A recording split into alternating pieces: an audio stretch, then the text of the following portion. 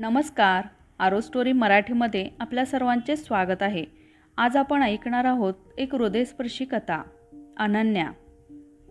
आज अनन्याची सकाळपासूनच लगबग चालू होती.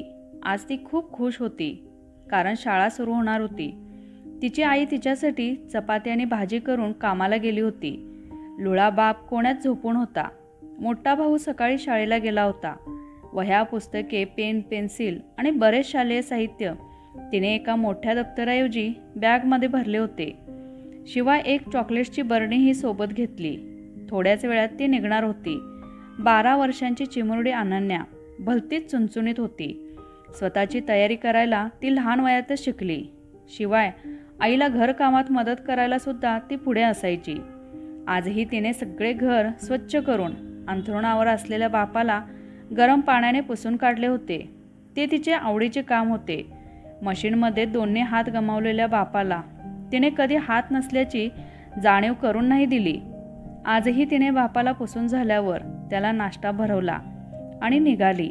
अनन्याला रोड क्रॉस करायचा होता. ती सिग्नल पडायची वाट पाहत होती. सिग्नल पडला. ती रोड क्रॉस करून मध्यभागी आली. पाठीवरचे दप्तर खाली ठेवले. काका कसे आहात? मदाळ हसत तिने ट्रॅफिक हवालदाराला विचारले. तो विचारात पडला. ही कोण शाळकरी मुलगी आपल्याला काका बोलतेय? इतक्यात ती त्याच्याजवळ गेली आणि 2 चॉकलेट त्याला देऊ केली. बेटा, लहान मुलांनी चॉकलेट द्यायचे नसतात, घ्यायचे असतात, असं बोलून त्यांनी ती चॉकलेट्स घेत परत तिच्या पुढे धरली. बरं, एक तुम्ही घ्या आणि एक मला, असं बोलून ती पुढच्या तयारीला लागली. तिला जास्त वेळ दौडून चालणार नव्हता. तिच्या उत्तराने हवालदारही खुश झाला. सिग्नलला सगळ्या गाड्या थांबल्या होत्या. तिने दप्तरातील पेन, पेन्सिल, 2 वह्या आणि बोधकथा असलेल्या पुस्तकांचे सेट बाहेर काढले आणि लगेच थांबलेल्या गाड्यांमध्ये फिरू लागली. शाळेच्या युनिफॉर्ममधील टापटीप वेणी घातलेली मुलगी काहीतरी विकण्याचा प्रयत्न करते हे उभ्या असलेल्या गाडीतील लोकांनी पाहिले. कुतूहलापोटी काहींच्या काचा खाली झाल्या. काहींनी त्याकडे दुर्लक्ष केले. हे सर्व तो हवालदार पाहतच होता. सिग्नल सुटला. तिचा एकही सेट विकला गेला नाही. ती परत मध्यभागी आली. बेटा, हे तू काय करतेस? असं कोणी नाही विकत घेणार तुझ्या वस्तू.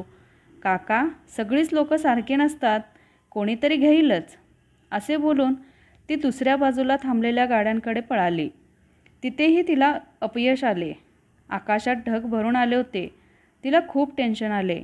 पुढच्या वेळेस प्लास्टिक कागद सोबत आणायला हवा, असं तिने ठरवले. तुझं नाव काय गं? अनन्या. बरं, तू शाळेत जायच्या वयात हे काय करतेस? सांगते नंतर, असे बोलून ती थांबलेल्या गाड्यांकडे पळाली. अशी तिची तासभर पळापळ चालली होती. हवालदाराला तिची दया येत होती, पण तो काही करू शकत नव्हता. मंगेश दादाने सांगितलेली कल्पना फसते की काय, ती मनातल्या मनात पुटपुटली, पण ती जिद्द सोडणार नव्हती. गाड्या सिग्नलला थांबल्या असताना एका गाडीत तिला एक मुलगी दिसली. सोबत बसलेली तिची आई आणि ड्रायव्हिंग करत असलेले तिचे बाबा असावेत, असे अनन्याला वाटले. तिला त्यांच्यामध्ये संभाव्य गिराईक दिसले. ती लगेच तिकडे धावली. काका, ती काचेवर चिमुकल्या हाताने थाप मारून तो सेट घ्यायला सांगत होती. तो माणूस काही काच खाली करत नव्हता. आतली मुलगी अनन्याकडे पाहून तो सेट खरेदी करण्यासाठी आग्रह करत होती, पण दोघांपैकी कोणीही प्रतिसाद देत नव्हते. वेळ निघून जात होती.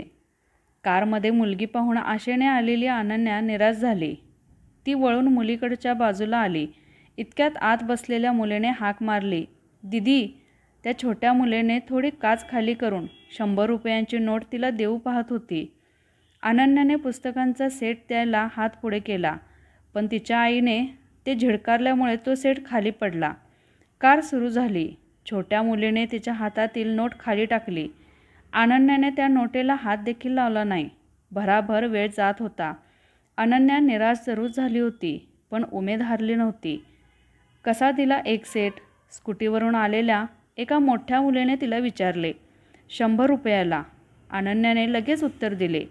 पहिल्यांदाच कोणीतरी किंमत तरी विचारली होती. ओके, तुझ्याकडे आता किती सेट आहेत? हवालदार हे सारं दुरून पाहत होता. 10. दे सगळे मला. हे शब्द कानावर पडताच अनन्या आनंदित झाली. तिने बघितलं अशा नजरेने हवालदार काकांकडे पाहत डोळे मिचकावले. 1000 रुपये मोजताना तिचे डोळे आनंदाने चमकत होते. चेहरा कमालीचा फुलला होता. हवालदार काकांच्या कानात हसून काहीतरी पुटपुटत ती दप्तर पाठीला लावून निघून गेली. हवालदार काका, बरं केलं तुम्ही मला फोन केलात ते. सागरिका, खरं सांगू, अनन्याचा कष्टाला फळ मिळतेच हा समज मला खोटा पडू द्यायचा नव्हता. तिची धावपळ गेले 4 तास पाहत होतो. भावनाशून्य लोक तिच्या या धडपडीकडे तुच्छतेने पाहत होती. खूप विचार केला. शेवटी तू आठवलीस. तू नक्कीच मदत करशील वाटले म्हणून तुला कॉल केला. काका, माझं पण बालपण सिग्नलवरच गेले आणि आज मी स्वतःच्या पायावर उभी आहे. त्यावेळी एका माणसाने केलेल्या मदतीने मला कष्टाचे महत्त्व समजले. सगळीच लोक सारखी नसतात, कोणीतरी असतेच. असे बोलून तिने स्कूटर स्टार्ट केली. शेवटचे वाक्य ती अनन्यासारखेच म्हणाली, कोणीतरी असतेच. तर आजची कथा कशी वाटली ते कमेंट्सद्वारे नक्की कळवा आणि अशाच आणखीन कथा ऐकण्यासाठी चॅनेलला सबस्क्राईब करा आणि ही कथा आवडल्यास लाईक शेअर करा. धन्यवाद.